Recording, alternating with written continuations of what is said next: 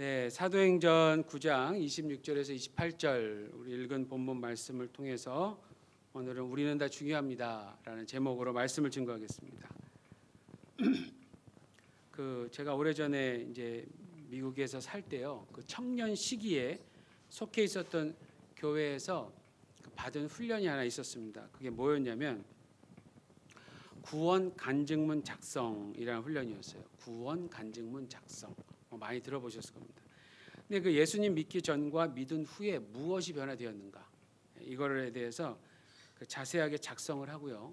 그다음에 이제 그 내용을 누군가에게 이제 복음을 전할 때 사용하기 위해서 받은 훈련이었어요. 그것 자체만 전하는 것이 아니라 복음을 전할 때 사용하기 위해서.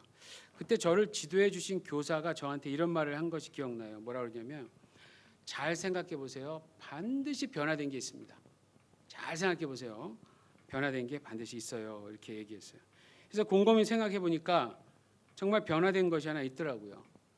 예수님 믿기 전에 저는 그 전의 모습을 보니까 너무나도 부정적이고 소극적이었는데, 예수님 믿은 후에 변화된 모습을 보니까 가장 큰 것 중에 하나가 뭐였냐면 적극적이고 좀 이렇게 긍정적이 되었다라고 하는 거였습니다. 그래서 저는 지금도요 누군가에게 예수님 이야기, 예수님을 아예 모르는 분들에게 전할 기회가 있으면 가능한 이제 그 점을 이제 꼭 이야기를 합니다. 예수님 믿기 전과 믿은 후에 변화된 점에 대해서 이런 걸 이야기를 합니다. 그러면 대부분 사람들이 이런 반응을 해요. 에이, 설마 목사님이 소극적이었다고요? 그래, 안 믿어지나 봐요. 안 믿어지나. 저를 좀 어느 정도 아시는 분들은 느끼실 수도 있겠지만, 처음 보는 분들은 모르죠. 어떻게 알겠습니까?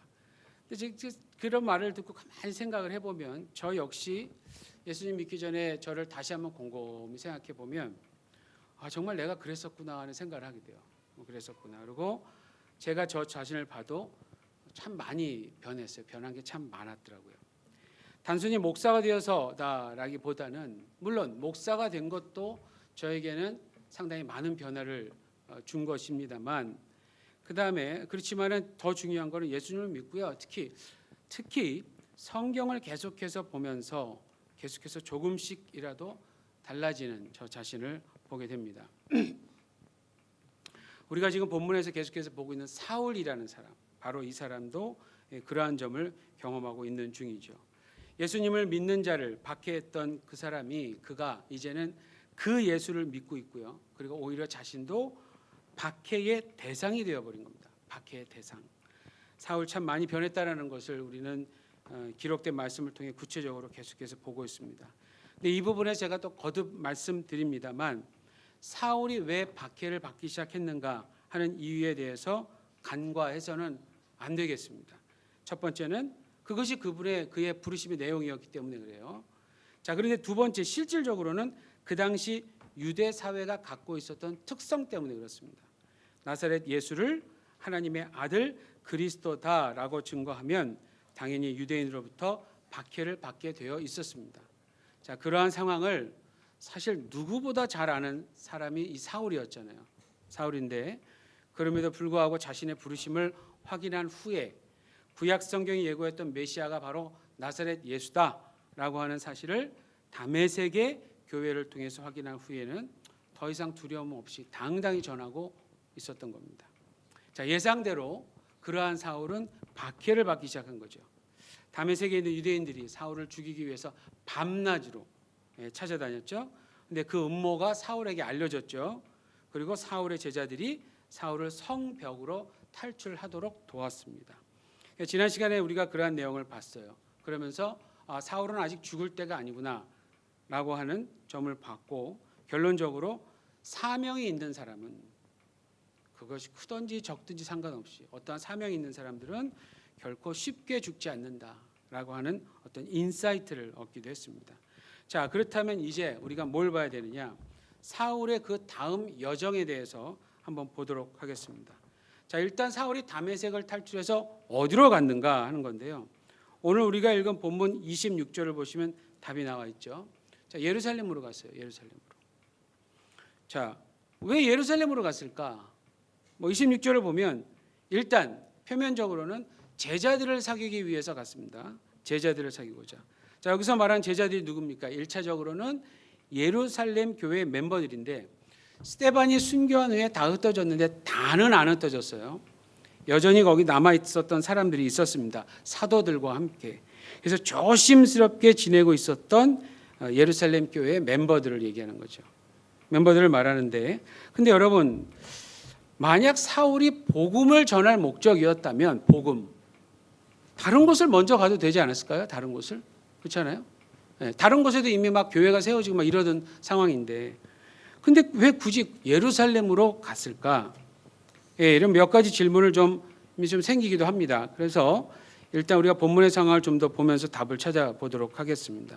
자, 우선 26절을 다시 보시면 사울에게 어떤 문제가 생겼다라는 걸 알 수 있어요. 다메섹을 겨우겨우 탈출해서요 예루살렘으로 갔잖아요. 그리고 예루살렘 교회 멤버들을 만나려고 했는데 그 사람들이 사울을 안 만나주는 거예요. 26절에서 제자들을 사귀고자 하나라고 하는 표현이 나오죠. 이거는 사울 입장에서는 의도적으로 계속해서 시도했다라는 의미를 가지고 있어요. 예. 그러니까 사울은 계속해서 다가간 겁니다. 예. 그런데 예루살렘의 제자들은 계속해서 피하고 다니는 거예요. 그러니까 26절에 기록된 이유를 보면 이유가 뭐였냐면 예루살렘에 있는 제자들이 여전히 사울을 두려워했기 때문에 그렇습니다. 여전히. 어째서 이러한 일이 생겼는가 한번 좀 살펴볼 필요가 있어요. 여러분, 사울이 다메섹에 얼마나 있었을까요? 우리 지난주에도 한번 그런 질문을 해봤는데요. 여러분, 예루살렘에서 고대 그 다메섹까지의 거리가 어른의 걸음으로 약 일주일이 걸리는 거리였다 그래요. 자, 그렇다면 사울이 예루살렘에 있는 대제사장에게 이제 체포영장을 받았잖아요. 체포장을 받아서 다메섹에 갔어요. 약 일주일 정도 걸려서 갔다면 그곳에서 그리고 며칠간 회심 과정을 겪었습니다. 그리고 이후에 여러 회당을 다니면서 복음을 전했어요. 자, 그러면 쉽게 그냥 한번 추측해 보는 거예요. 길어야 3달, 뭐 4달 정도 있지 않았을까 생각이 들어요. 근데 지난 시간에 23절에서 여러 날이 지나매라는 표현이 나오거든요. 근데 이게 의미하는 바가 매우 많은 시간이 지났다라는 것을 의미한다고 말씀드렸어요. 매우 많은 시간. 도대체 그렇다면 그 많은 시간이라는 게 무엇일까?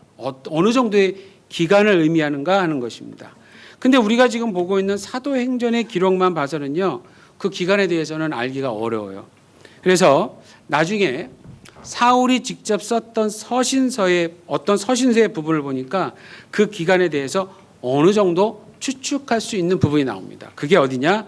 갈라디아서 1장 15절에서 19절입니다. 제가 한번 읽어드릴게요. 갈라디아서 1장 15절에서 19절이에요. 그러나 내 어머니의 태로부터 나를 택정하시고 은혜로 나를 부르신 이가 그 아들을 이방에 전하기 위하여 그를 내 속에 나타내시기를 기뻐하실 때에, 예수님 만난 걸 지금 얘기하는 겁니다. 내가 곧 혈육과 의논하지 아니하고 또 나보다 먼저 사도된 자들을 만나려고 예루살렘으로 가지 아니하고 오직 아라비아로 갔다가, 이런 기록이 나와요. 아라비아로 갔다가 다시 다메섹으로 돌아간노라. 그 후 3년 만에 내가 게바를 신방하려고, 베드로입니다, 예루살렘에 올라가서 저와 함께 15일을 유할세 주의 형제 야고보 외에 다른 사도들을 보지 못하노라. 이런 기록이 나와요. 그러니까 지금 사도행전과 갈라디아서의 기록을 비교해서 보면 사울이 다메섹에서 얼마 만에 예루살렘에 돌아온 것인가 하는 것에 대해서 어느 정도 파악을 할 수 있습니다. 우선 사울은 다메섹에 있다가 아라비아로 갔대요. 아라비아. 자, 이 아라비아가 도대체 어디를 말하는 것인가는 정확히 몰라요. 모르는데 이런 기록이 있더라고요. 다메섹은 그 당시 아라비아 지역에 속해 있었다. 이런 어떤 기록이 있어요. 그러니까 어쨌든 아라비아 지역의 어딘가를 간 거예요. 그러니까 그렇게 멀리 가지는 않았어요. 멀리 가지는 않았다라는 의미가 되고요. 그러면 사울이 아라비아에 있었던 기간이 얼마나 되었을까? 이것도 몰라요. 기록되어 있지 않으니까. 근데 이 두 구절을 통해 우선 알 수 있는 건 뭐냐면 사울이 어디 있었다라는 겁니다. 다메섹에 있다가 아라비아에 있다가. 그래서 정리해 보면 다메섹에서 회심 과정을 겪고 얼마간 회당에서 복음을 전하다가 아라비아로 갔어요. 그리고 다시 다메섹으로 돌아와서 얼마간 있다가 예루살렘으로 갔다라고 생각할 수 있습니다. 그러니까 사도행전에서 본 사울의 다메섹 탈출 사건이 아라비아를 가기 이전인지 아니면 이후인지 그건 역시 정확히 모릅니다만 어쨌든 사울의 회심과 최초의 복음 전도와 관련된 경로 있잖아요. 그건 이래요. 자, 예루살렘에서 다메섹, 다메섹에서 아라비아, 아라비아에서 다메섹, 그리고 최종적으로는 예루살렘입니다. 최종적으로는 예루살렘. 만약 사울이 의미하는 바가 아라비아로 갔다가 다시 다메섹으로 온 후부터 3년이면 오늘 사도행전의 본문 26절에서 예루살렘에 다시 돌아온 거는 3년 이상 걸린 거겠죠. 그렇죠? 그러니까 어쨌든 3년이 걸렸든지 3년 이상 걸렸든지 사울은 최소 3년 만에, 약 3년 만에 다시 예루살렘에 돌아오게 된 겁니다. 자, 그렇다면 그동안 예루살렘 교회 멤버들은 최소 3년 동안은요, 예루살렘에서 사울을 보지 못한 거예요. 그렇죠? 보지 못한 거예요. 사울이 예루살렘에서 다메섹에 있는 예수의 제자들을 체포하기 위해 허가증을 받아 다메섹으로 갔을 때 다메섹에 있었던 유대인들과요, 예수님의 제자들 모두가 사실은 그 사실을 알고 있었어요. 그렇다면 비록 거리는 좀 멀다 해도요, 중요한 소식 정도는 서로 이미 주고받는 그런 상황이었다라는 걸 좀 알 수 있습니다. 어떻게 받았는지 모르겠지만, 그리고 얼마나 정확한지 모르겠지만 그래도 소통이 있었다라는 거예요. 그렇기 때문에 당연히 사울의 회심에 대해서는 이미 예루살렘에 남아있던 예루살렘 교회 멤버들에게도 전해졌다고 충분히 생각할 수 있는 거예요. 그런데 그 실체, 사울이 정말 회심했나? 그래서 진짜 사울이 예수님의 제자가 되었나? 라고 하는 사실에 대해서 예루살렘 교회 입장에서는 뭐 이렇다 저렇다 할 확인을 할 수 있는 방법이 없었어요. 확인을. 그렇게 최소 3년이 지난 겁니다. 그렇게 해서. 그 사이에 사울은 어떻게 했냐면 다메섹에서 아라비아, 그리고 아라비아에서 다시 다메섹 왔다 갔다 하면서 나름대로 복음을 전하는 사역을 했던 거예요. 이 사람은. 그래서 사실 예루살렘 교회 입장에서는 그러한 정보도 자세히 아는 것이 알기란 쉽지가 않았었습니다. 자, 그런데 어느 날 사울이 예루살렘 교회 멤버들 앞에 나타난 거예요. 나타난 거예요. 그들에게 있어 사울은 약 3년 전 자신들을 찾아서 잡아 죽이기 위해 전심전력했던 잔인한 사람이었어요. 근데 그 사람이 자신들하고 사귀려고 계속해서 다가오는 거예요. 그게 어떻게 그게 쉽겠습니까? 받아들이기가. 쉽게 어떻게 그걸 받아들이겠어요? 사울의 박해를 직접적으로 경험했던 예루살렘 교회의 입장에서는 사울에 대해서는 우선 좋지 않은 기억이 있었고요. 그리고 두 번째는 그의 회심은 납득하기 어려울 만큼의 예기치 못했던 사건이었습니다. 그리고 3년 동안 별다른 얘기를 들을 수가 없었으니까 예루살렘 교회 멤버들 입장에서는 어떻게 생각하겠습니까? 지금 저 사람 우리를 속이고 있는지 몰라, 이렇게 생각할 겁니다. 예. 자, 이게 이제 예루살렘 교회의 입장이고요. 자, 그럼 예루살렘으로 돌아온 사울의 입장을 좀 더 생각을 해볼게요. 자, 사울은 다메섹으로 3년 전에 가던 중에 그 도중에 예수님을 직접 만난 거예요. 부활하신 예수님을 직접 만났어요. 그리고 몇 차례 더 예수님의 지시와 부르심을 받았습니다. 그 다음에 구체적인 절차에 따라서 확실하게 회심을 경험을 했고 다메섹에 있는 예수님의 제자들과 이미 하나가 되어서 자신도 예수님의 제자라고 하는 점을 확인하게 되고 확신하게 됐어요. 무엇보다 사울은 나사렛 예수를 그리스도라고 전하기를 너무 잘했어요. 너무 잘했어요. 그래서 다메섹의 유대인들이 그를 죽이려고 음모를 짤 정도였습니다. 여러분, 이만하면 누가 보더라도 예수님의 제자 아니겠습니까? 누가 보더라도 예수님의 제자다라고 하는 것을 충분히 입증할 수 있지 않았겠어요? 근데 현실은 그렇지 않았던 거예요. 현실은. 만약 오늘날처럼 SNS가 참 잘 발달되어서 사울이 하고 있는 모든 활동을 생중계로 전했다고 생각해 보세요. 여러분, 요즘 페이스북 같은 데 보면 거기서 이렇게 막 촬영해서 할 수 있잖아요. 그런 것들을 일일이 했다면 당연히 사울을 인정해 주는 것이 어렵지 않았을 거예요. 근데 사울 당시는 뭐 당연히 그런 시대가 아니었잖아요. 그러니까 사울은 다메섹을 겨우 탈출했습니다. 그리고 예루살렘에 가서 도움을 청하고 싶었는데 일단은 거절을 당한 거예요. 몇 차례나 계속해서 시도했는데도 불구하고 예루살렘의 제자들은 사울을 계속해서 피하고 있는 겁니다. 그러니까 지금 사울은 사실은 굉장히 난감한 상황에 처해 있었어요. 자, 이렇게 난감한 상황에 처해 있는데 그 순간에 사울에 대해서 평소에 궁금해하던 한 사람이 있었어요. 그래서 그 사람이 한번 이제 추측을 해보는 거예요. 다른 제자들 몰래 사울을 만납니다. 그리고 도대체 어떻게 변했는지를 자세하게 묻고 대화를 시작하는 거죠.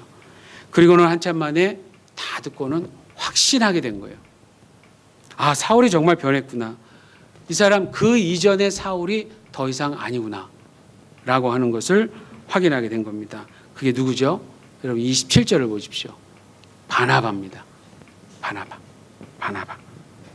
이미 사울을 만나서 자초지종을 다 들었어요. 그렇기 때문에 이제는 확신을 가지고 사울을 데리고 사도들한테 갔습니다. 가서요. 그리고 어떻게 하냐면 사도들을 바나바가 설득을 시키는 거예요. 그래서 어떻게 설득을 시키냐? 사울이 다메섹으로 가던 길에서 어떻게 주를 보았는지, 주께서 그에게 어떠한 말씀을 하셨는지, 그리고 다메섹에서 사울이 어떻게 예수의 이름으로 담대히 말하였는지에 대해서, 이거 다잖아요, 여러분. 그래서 자세히 전해준 겁니다. 그러니까 27절에 기록된 이 세 가지의 내용은 사실 사울의 다메섹 회심에 대한, 그의 변화에 대한 모든 것을 말해주는 증거예요. 그러니까 바나바라는 제자가 이미 자세히 물어봤죠. 그리고 자세히 알게 되었죠. 그래서 다른 사도들에게 자세하게 전해줄 수 있었던 겁니다. 이 순간 사울은 어땠었을까요? 이 바나바가 자신을 변호해 주는 동안에 사울은 아마도 문밖 어딘가에서 아주 초조하게 기다리면서 야, 이것마저 거절당하면 어떡하지? 이러고 있지 않았었을까요? 근데 여러분 결과를 한번 보십시오. 28절. 오늘 읽으셨던 말씀이 28절. 사울이 제자들과 함께 있어 예루살렘에 출입하며입니다. 자유롭게 출입했다는 얘기예요. 무슨 의미일까요? 예루살렘 교회가 사울을 받아들였다는 얘기예요. 여러분, 사울이 예루살렘에 도착해서 드디어 예루살렘 교회의 지체들과 하나가 된 겁니다. 하나가 되었어요. 이런 일이 있을 거라고 3년 전에 누가 예측했었을까요? 여러분들이 지금 이렇게 주일날에 여기 오셔서 함께 예배 드릴 거라고 정말 과거에 상상이나 하셨습니까? 태어날 때부터 교회를 다녀야 되는 운명을 지니신 분 빼고는. 그렇잖아요. 여기 와서 우리가 이러고 있을 줄을, 일본에 올 줄도 몰랐지만 동경 시부야 복음교회로 모일 줄을 어떻게 아셨겠어요? 예수 믿는 사람 한 사람이라도 더 찾아내서요, 감옥에 넣을 궁리만 했던 사울이 이제는 함께 그 예수의 이름을 전하고요, 그 이름을 위해 함께 고난을 받을 거라고 과연 누가 3년 전에 예상을 했었을까요? 정말 여러분, 주님이 하시는 일은요, 사람들이 하는 일의 방식과 너무도 달라요. 그러니까 여러분, 기도하고 무엇을 하시다가 자꾸 뭐가 막히잖아요. 그럼 잠시 스탑하셔야 돼요. 억지로 하려다간 정말 가랭이 찢어져요. 진짜 좀 진득이 가만히 있고 주님이 어떻게 하시려고 그러지? 내가 지금 실수하고 있나? 주님 뜻과는 다른 길로 가고 있나? 하는 것을 좀 파악을 하시고 좀 기다려볼 필요가 있어요. 우리 주님이 하신 일은 정말 다릅니다. 사람이 하는 일하고는 100% 다르다라고 생각하시면 돼요. 자, 근데 여기서 우리 한번 주목해야 할 것 뭐냐면 바나바라는 사람의 결정적인 역할입니다. 간단히 말씀드려서 다메섹에 아나니아가 있었다면 예루살렘에는 바나바가 있었다라는 사실이에요. 그러니까 사실 사울의 입장에서는요, 다메섹에서도 예루살렘에서도 그의 회심과 변화에 대해서 누군가가 변호해 주어야 했던 상황이었습니다. 반드시. 그런데 주님이 이미 준비해 두셨어요. 누구를요? 아나니아와 바나바. 사실 바나바는 이미 소개된 적이 있었습니다. 사도행전에서. 사도행전 4장 36절에서 37절을 보니까 구브로에서 난 레위인이라고 소개를 하고 있어요. 구브로에서 난 레위인이고 원래 이름은 요셉이에요. 요셉. 근데 사도들이 이 사람 뭐 하는 모습을 보니까 다른 사람들 위로를 많이 해주는 거예요. 굉장히 잘하는 거예요. 은사예요. 그래서 위로하는 자라는 의미로 바나바라는 이름을 붙여줬대요. 그러니까 원래 이름이 요셉이에요. 그런데 바나바는 레위 지파 사람이긴 하지만 예루살렘 출신은 또 아니에요. 어디냐면 아까 말씀드린 대로 구브로, 갈릴리나 예루살렘 본토 출신 유대인이 아니라 디아스포라 출신, 디아스포라 유대인이었어요. 근데 여러분 사울도 어디 출신입니까? 사울도 예루살렘 출신이 아니에요. 이 사람이 워낙 똑똑하다 보니까 일찍 예루살렘에서 두각을 나타낸 건 확실한데 출신은 다소 출신이에요. 다소. 그러니까 사울도 디아스포라 유대인인 거예요. 그러니까 사실은 이 상황을 봐도 누구보다는 바나바가 사울과 좀 더 친해질 수 있는 어떤 여건이나 조건을 가지고 있었다고 충분히 보입니다. 그러나 지금 이 본문에서 중요한 건 바나바가 어떻게 해서 사울을 만났는지에 대한 무슨 배경이나 뭐 이런 게 중요한 게 아니라 그러한 자를 통해서 위대한 일을 진행해 가시는 하나님의 어떤 치밀함을 발견해야 된다라고 하는 겁니다. 치밀함. 왜냐하면 성경은요, 누군가를 영웅시하기 위해서 기록된 말씀이 아니에요.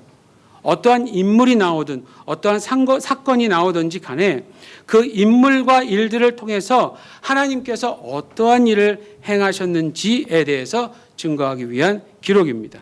다메섹에서 아나니아를 준비시켜 두신 예수님은 예루살렘에서 곤란한 상황에 처해 있었던 사울을 위해서 바나바를 이미 준비시켜 두셨습니다. 그로 인해 사울은요, 교회의 역사 초기에 있어서 기둥과 같은 역할을 했던 사도들을 만난 거예요. 만나서 사울의 회심과 부르심이 예루살렘에서도 확실히 인정받게 됐던 겁니다. 여러분, 지금 이 만남이 나중에 굉장히 큰 역할을 해요. 그래서 기록된 거예요. 이게 그냥 누구나 만나는 일이라면 모르겠는데, 그냥 흔한 일이었다면 모르겠는데, 사울과 예루살렘 지도자들과의 만남은 나중에 굉장히 큰 역할을 합니다. 어떤 역할이냐? 사울이 나중에 많은 지역을 다니면서 복음을 전하고 그로 인해서 교회를 개척하거든요. 근데 교회가 개척되어지는 곳에도 동시에 사울을 대적하는 사람들이 출현을 해요. 근데 이 사람들이 사울을 공격했을 때 자주 사용했던 도구가 뭐냐면 그의 사도권에 대한 정당성이었어요. 사울이 진짜 사도 맞냐? 이겁니다. 사울이.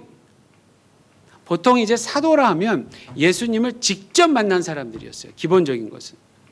사울이 언제 예수님을 직접 만났냐? 그래서 막 공격을 했습니다. 자, 그런데 우리가 오늘 아까 갈라디아서 본문 봤죠?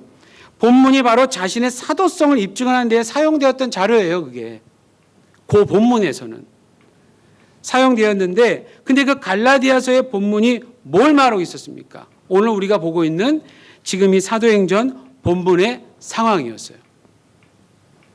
그러니까 어떤 일이 있어도요, 사울은 먼저 예루살렘 교회 지도자들과 멤버들을 만나서 그의 회심과 부르심에 대해서 인정을 받고 함께 사역하는 일이 굉장히 중요했었습니다. 예루살렘 교회의 인정, 특히 사도들의 인정은 그 당시 상황에서는 없어서는 안 될 꼭 필요한 증명서와 같은 역할을 했기 때문에 그래요. 그런데 그러한 일을 가능하게 했던 것이 뭐냐? 바로 바나바의 가교 역할, 다리 역할을 했던 거예요. 바나바. 그러니까 우리가 이 성경의 기록을 통해서 또 보게 되는 거예요. 사울은 결코 혼자서 성장하지 않았다라고 하는 점. 바나바는 아나니아보다는요, 좀 더 많이 기록되어서 좀 더 이제 소개가 됩니다. 그러나 바나바 역시 사울에 비하면 너무나도 보잘것없이 잠시만 소개되고 있을 뿐이에요. 그러나 아나니아가 없었으면 사울의 회심을 설명하기가 어려워요. 동시에 바나바가 없었다면 사울의 사도됨을 설명하기가 사실은 쉽지 않았던 겁니다. 이를 통해 알 수 있는 한 가지, 우리 주님이 자신의 일을 이루어 가시기 위해서 앞에 서서 인도하는 사람도 세우시지만 그를 돕기 위해서요, 뒤에 서서 돕는 사람도 세우시기도 하신다라는 사실입니다. 그렇기 때문에 결론적으로 뭐냐면, 그렇기 때문에 하나님 나라, 주님 나라에 있어서는요, 큰 일과 작은 일의 구분이 없어요. 여러분, 없어요. 이게 이제 저처럼 이렇게 앞에 쓰고 우리 찬양 때처럼 앞에 쓰고 뭐 이러니까 꼭 이렇게 드러나는 것처럼 보여서 저 사람들만 꼭 사역하는 것처럼 보일 수 있을지 몰라요. 그건 우리 인간적인 눈에. 그러나 실제로 하나님 나라에 있어서는 중요하지 않은 일이라는 것은 없습니다. 어떠한 일이든 다 주님과 관련된 일이라면 다 중요한 거예요. 아나니아와 다메섹 교회의 형제자매들, 그리고 몇 명인지 모르지만 이름도 기록되어 있지 않은 사울의 제자들, 그렇잖아요. 이 제자들이 없었다면 사울은 예루살렘으로 돌아올 수 없었어요. 그리고 돌아와서도 디아스포라 출신의 바나바가 없었더라면, 그리고 주님께서 그의 어떤 성향을 사용하셔서 모두가 두려워하고 있을 때 용기 내서 사울을 찾아가게 하신 일이 없었다면 어떤 일이 발생할 수 있느냐? 사울은 계속해서 오해를 받으면서 복음을 전했을지도 몰라요. 그 잘하는 사람이. 만약 그랬다면 사울은요, 우리가 아는 것처럼 위대한 개척자, 전도자로서는 기억하지 못할 수도 있습니다. 물론 이제 시간이 지나면서 우리가 사울을 보면서 좀 더 연구를 하겠지만, 이 사울이 쓴 글들이 있잖아요. 여러분, 이 글이 없었으면 어쩌면 그리스도교라고 하는 거는 참 애매했을지도 몰라요. 그 정도로 하나님한테 귀하게 쓰임 받았던 사람이었어요. 근데 그 일을 위해서 누가 필요했었는가 하는 겁니다. 그 사람 뒤에서. 여러분, 그렇기 때문에요, 말씀드리고자 하는 건 이겁니다. 또 강조하고 싶은 건 이겁니다. 예수님의 제자 모두가 다 소중한 거라는 거예요. 예수님의 제자 모두가 다. 그리고 그들에게 맡겨진 임무 하나하나가 다 중요하고 필요하다라고 하는 거예요. 사도행전은요, 베드로나 사울 같은 사람에 대해서 증거하려고 기록된 책이 아니에요. 우선은 주님 나라의 확장이 어떻게 이루어졌는지에 대해서 증거하는 거고요.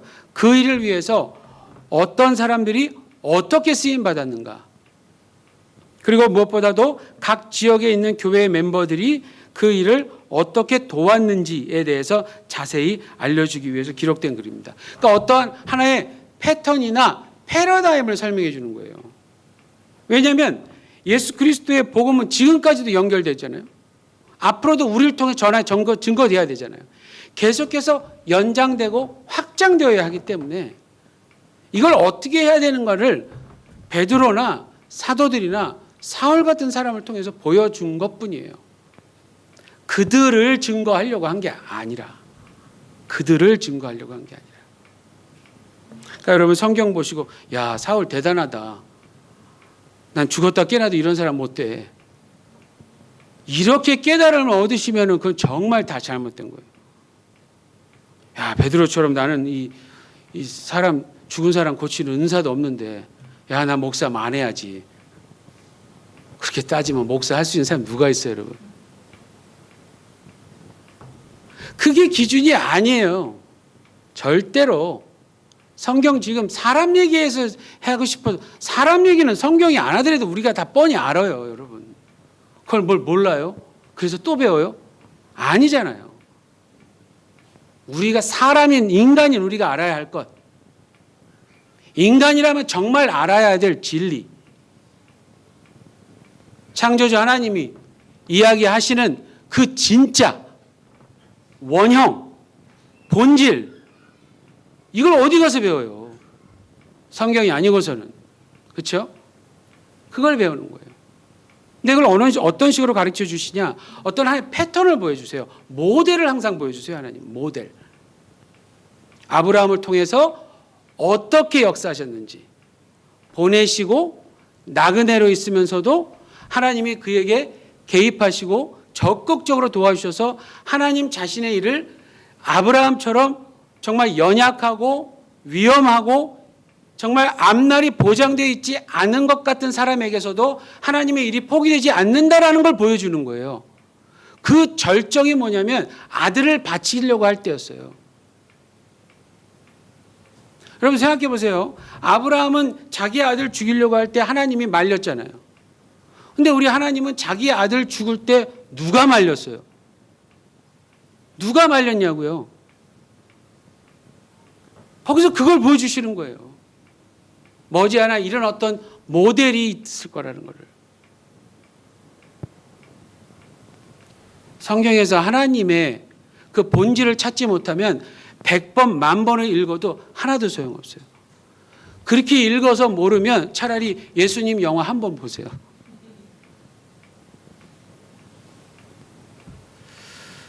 정말 이겁니다, 여러분. 하나님이 어떻게 사람을 사용해서 말하려고 하는 의도가 무엇인가? 베드로나 사울만이 주인공이 아니에요. 모든 교회가 다 주인공입니다. 그 교회를 이루는 모든 멤버들이 다 주인공이었다라고 하는 겁니다. 앞뒤 좌우로 이렇게 한번 권면해 보세요. 오늘 제목입니다. 쳐다보시면서 당당하게 우리는 다 중요합니다.